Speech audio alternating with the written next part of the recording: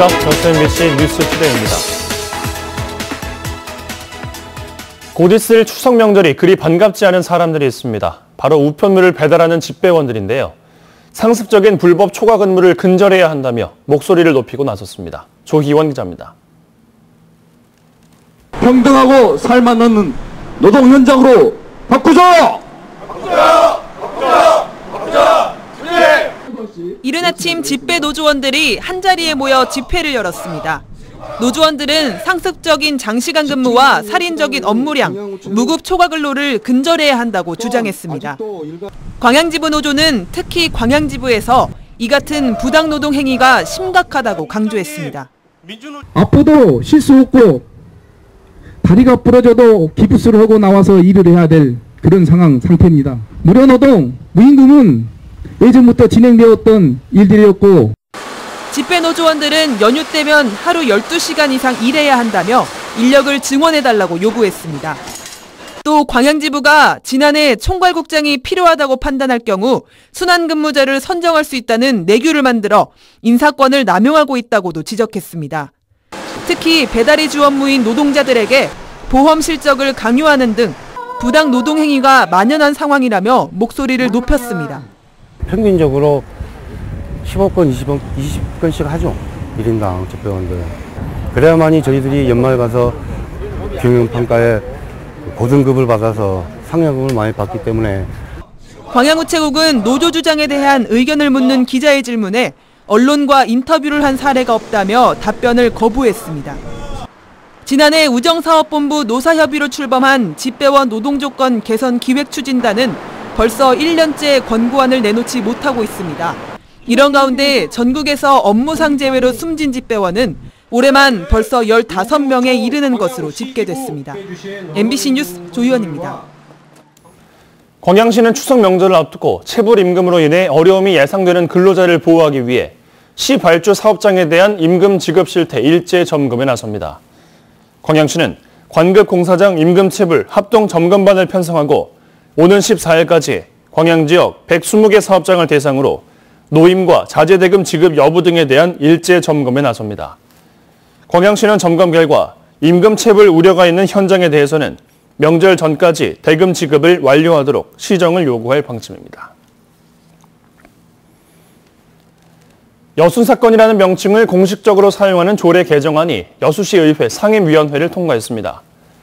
여수시의회 기획행정위원회는 어제 조례 이름에 여순사건을 명시하고 평화공원 조성 사업을 추가하는 내용의 여수, 순천, 19 사건 조례 개정안을 통과시켰습니다. 해당 개정안은 오는 18일 본회의에서 최종 심의 의결될 예정입니다. 시골 판사를 자청해 화제가 된 박보영 전 대법관이 어제 여수시 법원에 첫 출근했습니다. 하지만 수많은 노동자들이 대법관 재직 시절 내렸던 판결에 대해 항의하고 나서면서 험난한 출근길이 됐습니다. 김종수 기자입니다. 전남 순천 출신으로 최근 퇴임한 박보영 전 대법관. 흔한 정관 예우를 뒤로하고 중소도시의 법관에 지원했다는 사실이 알려지면서 각계각층의 긍정적 반응이 잇따랐습니다. 그러나 박 전 대법관의 첫 출근길은 순탄치 않았습니다. 박보영은 사과하라! 박보영은 사과하라! 최근 양승태 대법원의 재판 거래 문건이 공개돼 지난 6년 동안에 이루어진 박 전 대법관의 일부 판결을 바라보는 시선이 곱지 않기 때문입니다. 특히 1, 2심을 뒤집고 쌍용차의 정리해고 무효 소송을 기각한 사실이 알려지면서 노동자들은 정확한 해명과 사과를 촉구했습니다. 정말 쌍용자동차 이 판결이 양승태 사법노동단과 아무런 관련이 없는지 또는 왜 쌍용차 정리해고 판결을 그렇게 내렸는지에 대해서 확인하고 싶어서. 특히 당시 판결로 해고 노동자와 가족 30명이 스스로 목숨을 끊었다며 판결의 보편 타당한 이유를 설명하라고 주장했습니다. 철도 노조원들도 항의하기는 마찬가지입니다. 지난 2009년 철도노조 파업과 관련해 1, 2심에서 무죄 판결을 받았지만 박보영 전 대법관이 이 사건을 파기환송하면서 노동자들이 큰 타격을 입었다는 겁니다. 10년 넘게 복직을 못했고요. 그리고 100억에 가까운 손해배상과 가압류로 모든 조합원들이 시달려야 했고요. 철도 해고자 한 분이 미안하다는 말만 남기고 저 세상을 떠난 바가 있습니다.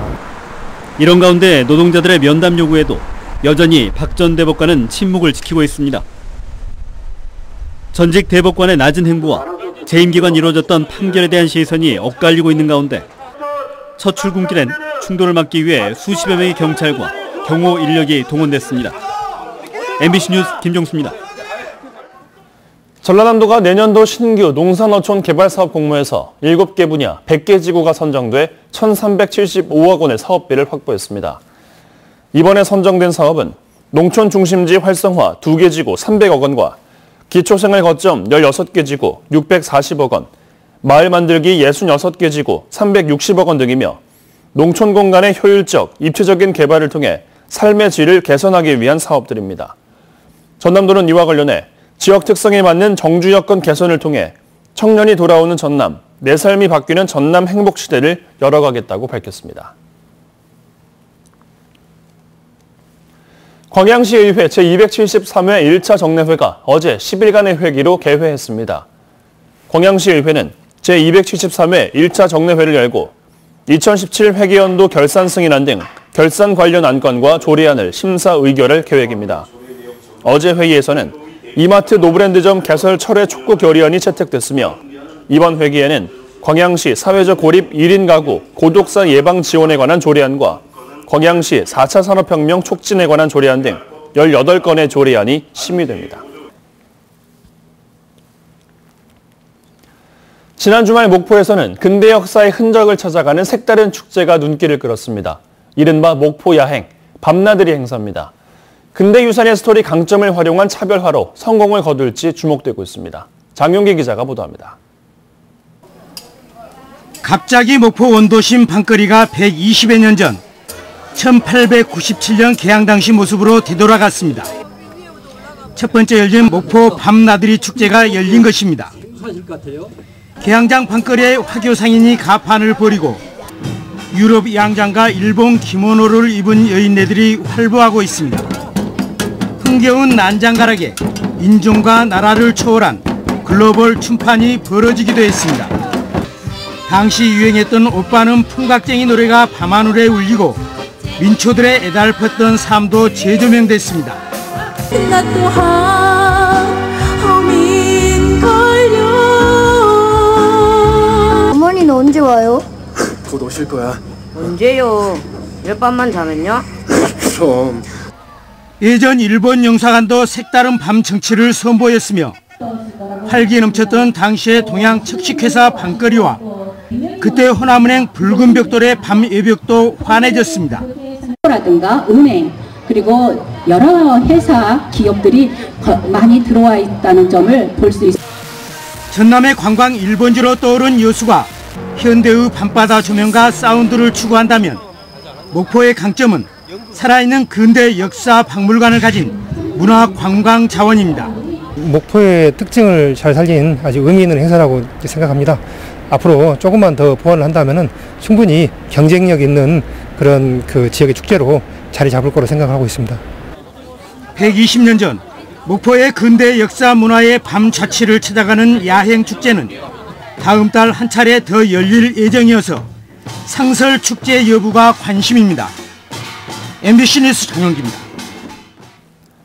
고령화로 치매 인구가 상대적으로 많은 농어촌 지역은 도시에 비해 치매 환자를 위한 기반 시설은 매우 열악합니다.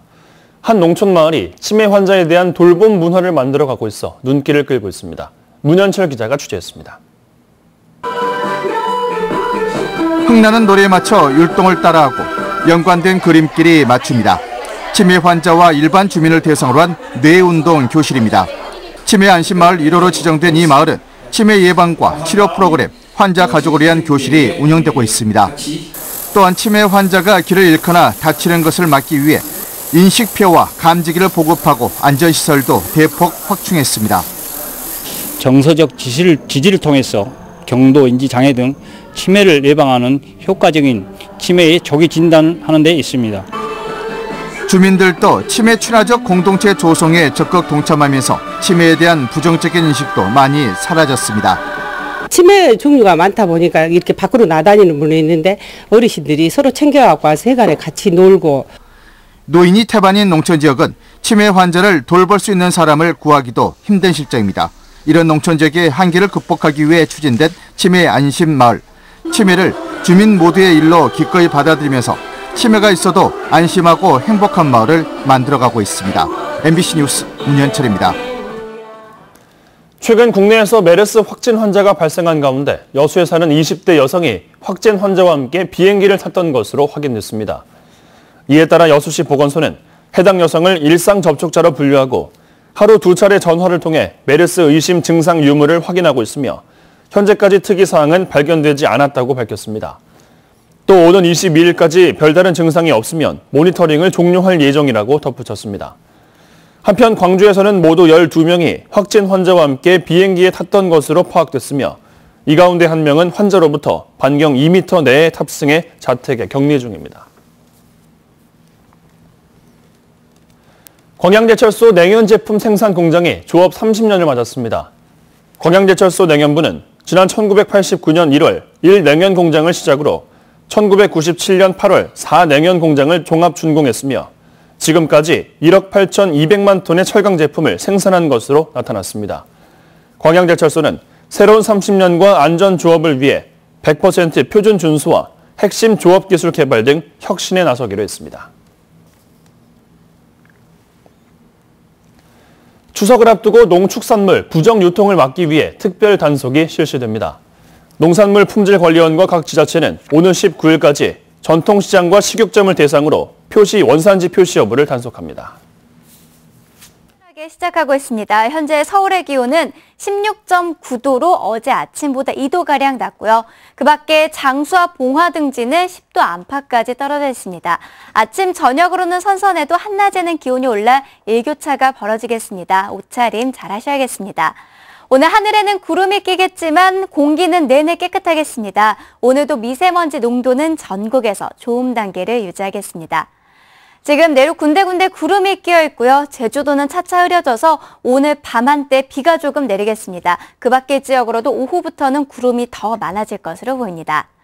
현재 서울의 기온은 16.9도, 부산은 19.7도로 대부분 20도를 밑돌고 있습니다. 한낮 기온은 서울 27도, 강릉은 23도에 머물겠습니다. 날씨였습니다.